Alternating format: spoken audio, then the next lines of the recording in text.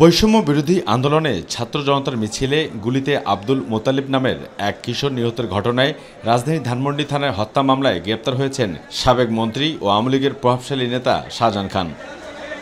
যৌথবাহিনীর অভিযানে ধানমন্ডি থেকে গ্রেপ্তারের পর শাহজাহান খানকে নেওয়া হয় ডিবি কার্যালয়ে। সেখান থেকে শুক্রবার বিকেল ৩টায় নিয়ে আসা হয় ঢাকার মেট্রোপলিটন ম্যাজিস্ট্রেট মাহবুব আলমের আদালতে। আর এরপর মামলা তদন্তকারী কর্মকর্তা ধানমন্ডি থানার উপপরিদর্শক মোহাম্মদ খোকন মিয়া তার 10 দিনের রিমান্ডে চেয়ে আবেদন করেন। শুনানি শেষে আদালত 7 দিনের রিমান্ড মঞ্জুর করেন বলে জানান রাষ্ট্রপক্ষের আইনজীবী। ঘটনার পরিষ্কার তথ্য দিয়ে এই আসামির বিরুদ্ধে 10 দিনের প্রসিকিউশন পক্ষ রিমান্ড আবেদন দাখিল করেন।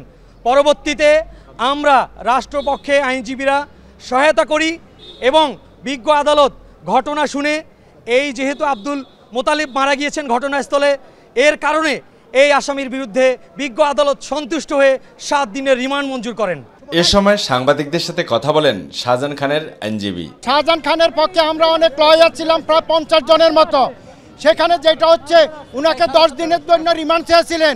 উনার হার্ট এভাবে ম্যাসিক হয়েছে যে উনি যে কোনো সময় দুর্ঘটনা ঘটতে পারে।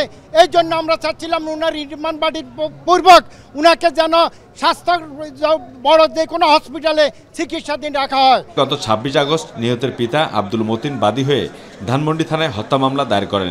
মামলায় শেখ হাসিনা সহ 176 জনের নাম উল্লেখ করা হয়। এ মামলায় শাহজাহানকে 23 নম্বর আসামি করা হয়েছে। অবু সৈয়দ অপু, মাই টিভি, ঢাকা।